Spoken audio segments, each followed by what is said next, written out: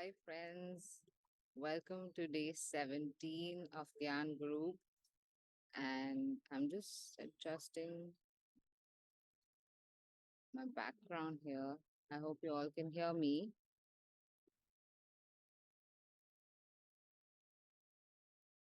So, today we'll continue with where we left. Last time we were talking about the challenges that we face, the daily tasks that we have in our life, which are life tasks, is what Adler describes in his philosophy. And this really left the youth to think of, yeah, these are the crucial points in our tasks, and we have objectives in each tasks. Um, so I'm just going to read a little bit from the earlier chapter, the philosopher, what philosopher is trying to explain, and then read further. The name of the earlier chapter in the earlier video was Overcoming the Tasks That Face You in Life. And I'm reading what the philosopher is saying.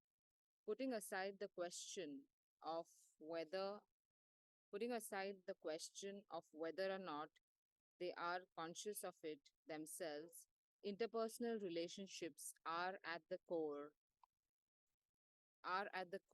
of are at the core. For example, a man sends out resumes to find work and gets interviews only to be rejected by one company after another. It hurts his pride. He starts to wonder what the purpose in working is if he has to go through such things. Or he makes a big mistake at work. The company is going to lose a huge sum of money because of him. Feeling utterly hopeless, as if he's plunged into darkness, he can't bear the thought of coming into work the following day. None of these are examples of the work itself becoming disagreeable. What is disagreeable is being criticized or rebuked by others through the work, getting labeled as having no ability or being incompetent or unsuited to the work, and hurting the dignity of one's irreplaceable self. In other words, everything is an interpersonal relationship issue. So we move to the next chapter. It's called Red String and Rigid Chains. So continuing, the youth says, well, I'll save my objections for later. Next, what about the task of friendship? So earlier was the task of work. Philosopher, now this is the task of friendship. This is a friend relationship in a broad sense away from work, as there is none of the compulsion of the workplace. It is a relationship that is difficult to initiate or deepen. Youth, yeah, you've got that right. If there's a space like one school or workplace, one can still build a relationship. But then it would be a superficial relationship that is limited to that space. To even attempt to initiate a personal friend relationship, or find a friend in a place outside the school or workplace would be extremely difficult. Philosopher, do you have anyone who you could call a close friend? Youth, I have a friend, but I'm not sure I'd call him a close friend. Philosopher, it used to be the same for me. When I was in high school, I did not even try to make friends and spend my days studying Greek and German, quietly absorbed in reading philosophy books.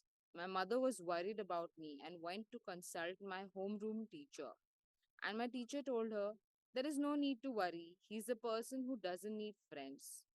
Those words were very encouraging to my mother and to me as well. Youth, a person who doesn't need friends? So in high school, you didn't have a single friend? Philosopher, no, I did have one friend, he said. He said there's nothing really worth learning at a university. And in the end, he actually did not enter university. He went into seclusion up in the mountains for several years. And these days, I hear he's working in journalism in Southeast Asia. I haven't seen him in decades, but I have the feeling that if we got together again, we'd be able to hang out just as we did back then. A lot of people think that the more friends you have, the better. But I'm not so sure about that. There is no value at all in the number of friends or acquaintances you have. And this is a subject that connects with the task of love. But what we should be thinking about is the distance and depth of the relationship. Youth, will it be possible for me to make close friends? Philosopher, of course it will. If you change, those around you will change too. They will have no choice but to change. Adlerian psychology is a psychology for changing oneself, not a psychology for changing others. Instead of waiting for others to change or waiting for the situation to change, you take the first step forward yourself. The fact is that you came like this to visit me in my room, and in you, I have found a young friend. Youth, I am your friend? Philosopher, yes, because you are. The dialogue going on here is not counseling, and we do not have a work relationship. To me, you are an irreplaceable friend. Don't you think so? Youth, I am your irreplaceable friend? No, I won't think anything about that right now. Let's just keep going. What about the last one, the task of love? Philosopher, think of it as divided into two stages. One, what are known as love relationships, and two, relationships with family, in particular parent child relationships. We have discussed work and friendship, but of the three tasks, most likely it is the task of love that is the most difficult. When a friend relationship has turned into love, speech and conduct that was permitted between friends may no longer be permitted the moment they become lovers. Specifically, that would mean not permitting socializing with friends of the opposite sex. And in some cases, just speaking on the telephone to someone of the opposite sex is enough to arouse jealousy. The distance is that close, and the relationship that deep. Youth, yes, I suppose it can't be helped. Philosopher, but Adler does not accept restricting one's partner. If the person seems to be happy, one can frankly celebrate that condition. That is love. Relationships in which people restrict each other eventually fall apart. Youth, wait, that's an argument that can only lead to affirming infidelity. Because if one's partner were happily and having an affair, you are saying that one should celebrate even that. The philosopher, no, I'm not affirming someone having an affair. Think about it this way: the kind of relationship that feels somehow oppressive and strained when the two people are together cannot be called love, even if there is passion. When one can think, whenever I am with this person, I can behave very freely, one can really feel love. One can be in a calm and quiet natural state without having feelings of inferiority or being beset with the need to flaunt one's superiority. That is what real love is like.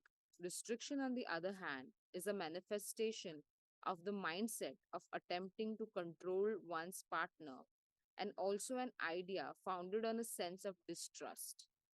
Being in the same space with someone who distrusts you isn't a natural situation that one can put up with, is it? As Adler says, if two people want to live together on good terms, they must treat each other as equal personalities. Youth. Okay, philosopher. However, in love relationships and marital relationships, there is the option of separating. So, even a husband and wife who have been together for many years can separate if continuing the relationship becomes distressful. In a parent child relationship, in principle, this cannot be done. If romantic love is a relationship connected by red string, then the relationship between parents and children is bound in rigid chains, and a pair of small scissors is all you have. This is the difficulty of the parent child relationship. Philosopher, youth. So, what can one do? Philosopher, what I can say at this stage is you must not run away, no matter how distressful the relationship. You must not avoid or put off dealing with it. Even if in the end you are going to cut it with scissors, first you have to face it. The worst thing to do is to just stand still with the situation as it is. It is fundamentally impossible for a person to live life completely alone. And it is only in social context that the person becomes an individual. That is why, in Adlerian psychology, self reliance as an individual and cooperation within society are put forth as overarching objectives. Then, how can one achieve these objectives? On this point, Adler speaks of surmounting the three tasks of work, friendship, and love. The tasks of the interpersonal relationships that a living person has no choice but to confront. The youth was still struggling to grasp their true meaning.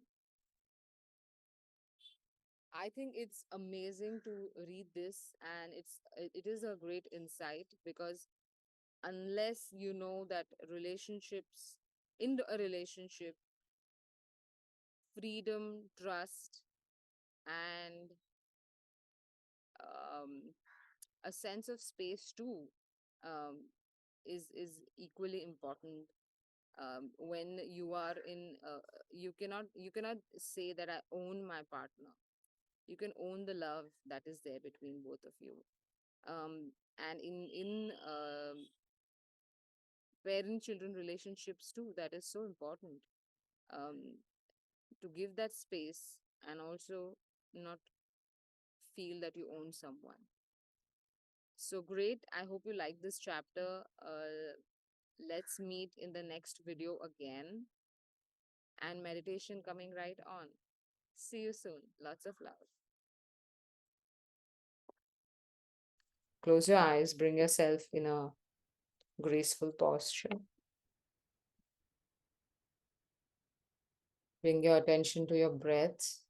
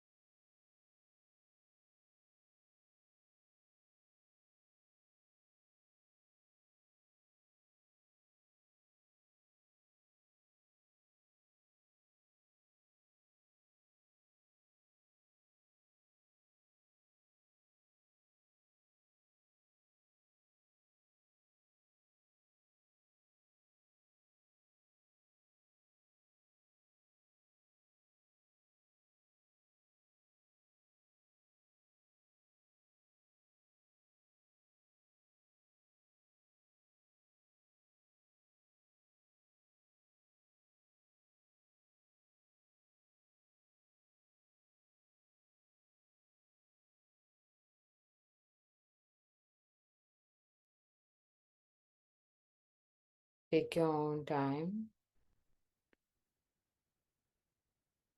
And if you feel like you can rub your palms,